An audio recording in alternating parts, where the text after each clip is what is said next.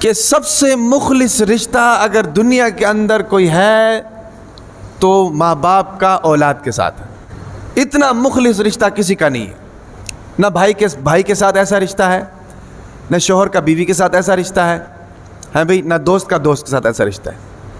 پیار محبت کا رشتہ ہو سکتا ہے، سب سے مضبوط رشتہ ہو سکتا ہے، لیکن سب سے مخلص رشتہ اگر کوئی ہے تو انسان کا اپنے ماں باپ کے ساتھ، یاد رکھو۔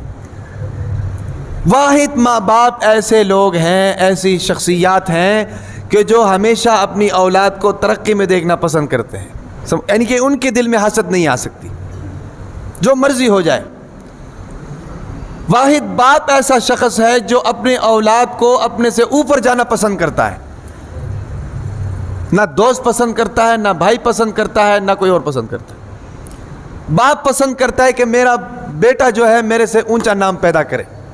سب سے مخلص رشتہ ماں باپ کا ہے، اسی وجہ سے ماں باپ کی دعاؤں میں اثر رکھا گیا ہے، اس لیے ماں باپ کی دعاؤں کی فضیلت بیان کی گئی ہے، اس لیے ماں باپ کی خدمت کو واجب قرار دیا گیا ہے، کیونکہ یہ تمہارے سب سے قریب ہے، یہ تمہارے لیے سب سے مخلص ہے۔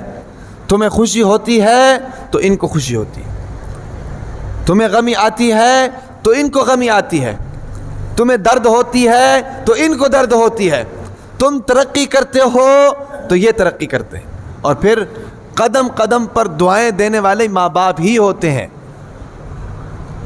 اور کوئی اتنے دعائیں نہیں دیتا۔ قدم قدم پر دعائیں، اور کوئی اتنے دعائیں نہیں دیتا۔ قدم قدم پر دعائیں دینے والے، چاہے وہ دل سے نکلے چاہے زبان سے اقرار ہو، وہ ماں باپ جیسی ہستیاں ہوتی ہیں جو قدم قدم پر دعائیں دیتی ہیں۔ تو اس لیے فرمایا کہ ایسی شخصیات کہ جن کا رشتہ اخلاص پر مبنی ہو، ایسی شخصیات جن کے اندر اللہ تعالیٰ نے فطری محبت ڈال دی ہو، ایسی شخصیات کہ جو قدم قدم پر دعائیں دیتی ہوں، اس کے باوجود دعائیں نہ لیں، تو اس سے بڑا بدقسمت کون ہو سکتا ہے؟